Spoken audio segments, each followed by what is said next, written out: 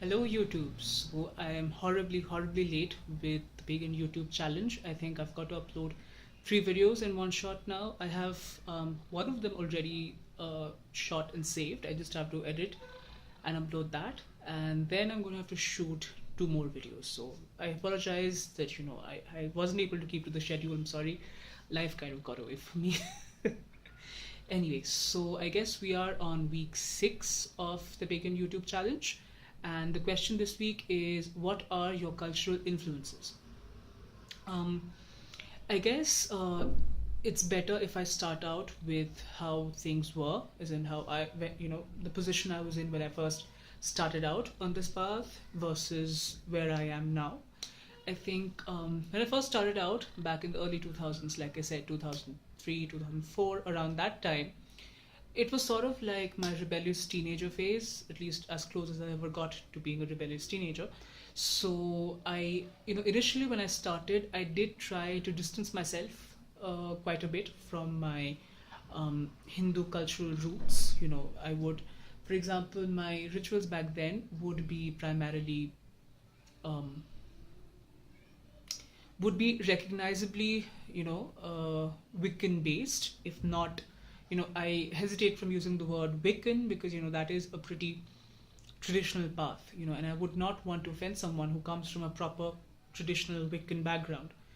I don't want to co-opt that term, so to speak.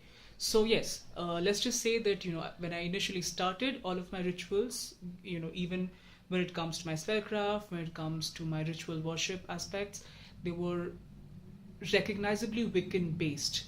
For example, I would use the words God and Goddess. I would use the word Lord and Lady when I was invoking those aspects of divinity, and so on and so forth. I did experiment a little bit with trying to call on other pantheons, working with, say, Kemetic deities or Celtic ones, sometimes even Norse for that matter.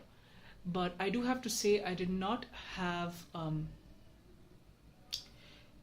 it's difficult for me to use the word success in such things because, I think the word success is just too banal and materialistic a word when you're trying to describe your interactions with the divine. But let's just put it this way, that I did not find it to, what's the word? I did not find it too fulfilling, so to speak. That was not where my calling was. So anyway, fast forward to around 2008, 9, 2010, around that period when I slowly started to come back to Hinduism in a big way, the more spiritual, mystical aspects of Hinduism in a big way. And I think that is pretty much the direction where I've headed down till the current day. So right now, the path that I'm on, I work within a very traditional Hindu worldview when it comes to my worship, when it comes to my daily devotional. For example, I pray to Shiv, I pray to Kali, I pray to Ganesh, to Krishna, and very traditional Hindu. I use very traditional Hindu mantras. I use very traditional. I do things. My devotionals are done in a very traditionally, recognizably Hindu way. But at the same time, when it comes to the more practical aspects of my craft, when it comes to spell work, when it comes to rituals and stuff of that sort, I would do it again in a very Wiccan inspired way. For example, I would cast my circles and call the corners in a way that's quite recognizable for modern day neo pagans. I would my spells use very typical neo pagan correspondences. The corners, the watchtowers that I use, the directions. East for air, south for fire, west for water, north for earth. Those are again quite Wiccan. Um, those are pretty, that's part of the Wiccan worldview. So right now in my path there's like a mishmash of things. So I have an overarching Hindu influence in terms of my lens of looking at divinity. I have modern day new pagan influences there in the way that I cast my spells or the rituals that I do. There are bits and pieces of Norse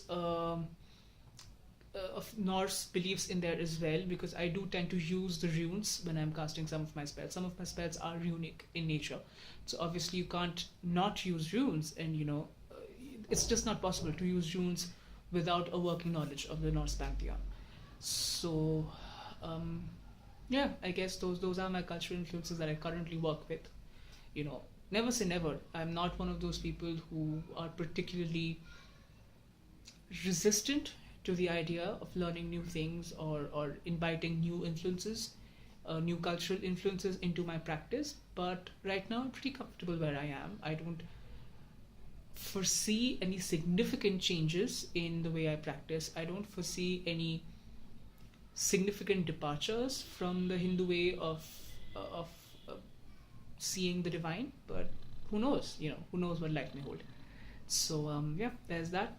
Thank you.